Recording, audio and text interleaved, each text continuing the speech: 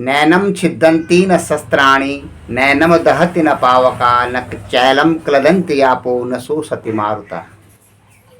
नमस्कार, जय हिंद और जय भारत।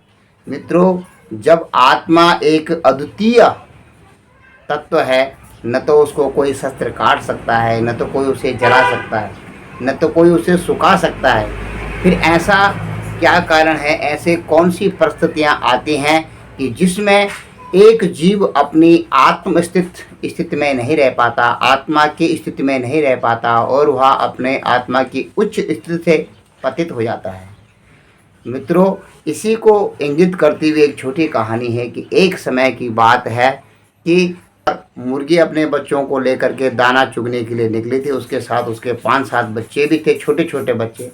और अचानक चील के घोंसले से चील का एक छोटा सा बच्चा वहाँ से नीचे गिर जाता है। और चील का बच्चा जब नीचे गिरता है, वह नीचे के परिवेश को देखता है, अपने चारों तरफ के परिवेश को देखता है। उसमें मुर्गी के बच्चे, छोटे छोटे बच्चों के साथ वह भी चहलकदमी करने लगता है। यूँ कहें कि उन्हीं के माहौल में वह ढल जाता है और धीरे धीरे मुर्गी के परिवार को ही वह अपना परिवार समझने लगता है। और वह रोज़ मुर्गी के बच्चों के साथ में दाना चुगने के लिए मुर्गी के साथ जाता और धरती पर ही छोटे मोटे दानों को इकट्ठे करके अपनी दिनचर्या को पूरी करता। इसी प्रकार से वह धीरे धीरे जवान होने लगा। एक दिन उसने मुर्गी के साथ जाते जाते 7वें आसमान में उड़ते हुए एक चील को, स्वस्थ चील को देखा, जो कि 7वें आसमान में परवाज चढ़ रही थी। उसके बड़े बड़े पंखों से वह उस आसमान की ऊंचाइयों को छू रहा था। तो चील का बच्चा मुर्गी से पूछता है, माँ, वह कौन है, वह कौन सा पक्षी है जो है 7वें आसमान पर राज कर रहा है, इतने बेहतरीन तरीके से उड़ान भर रहा है, क्या हम नहीं उड़ सकते हैं?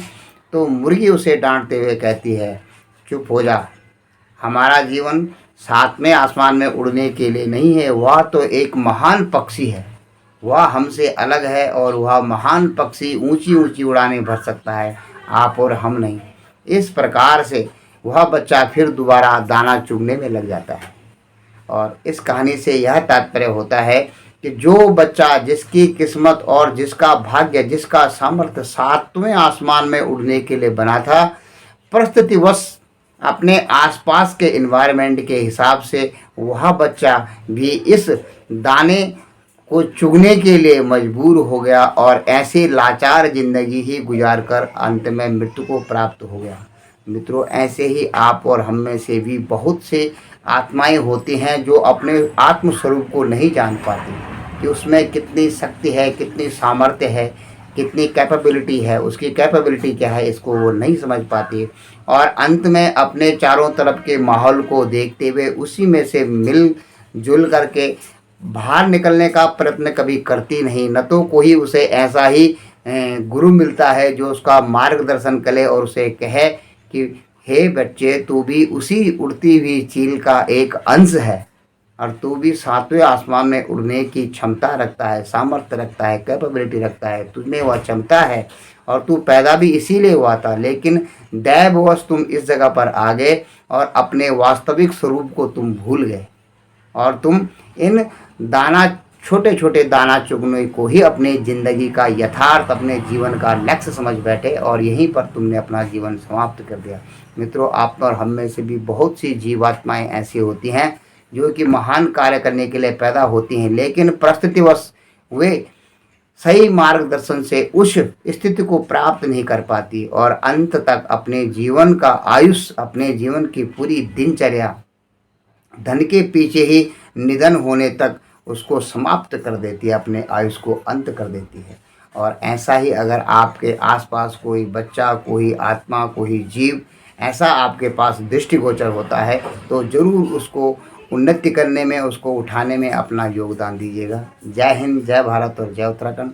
समय मिले तो उत्तराखंड हिलांसी यूट्यूब चैनल पर ज़रूर आप अपनी उपस्थिति दर्ज कीजिएगा, लाइक कीजिएगा, कमेंट्स कीजिएगा कि इन छोटी छोटी कहानियों से आपका और मेरा नहीं तो किसी तीसरे व्यक्ति का, किसी थर्ड पर्सन का व्यक्तित्व, भाग्य और उसकी किस्मत संवर सकती है। तो ज़रूर इसमें आप अपना योगदान दीजिएगा। जय हिंद, जय भारत और जय उत्तराखंड। आपका दिन बहुत बहुत और बहुत शुभ।